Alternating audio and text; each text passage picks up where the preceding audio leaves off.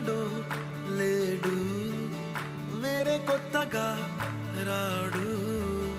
మంచి మనుషులలో గొప్ప మనసు తనై ఉంటా.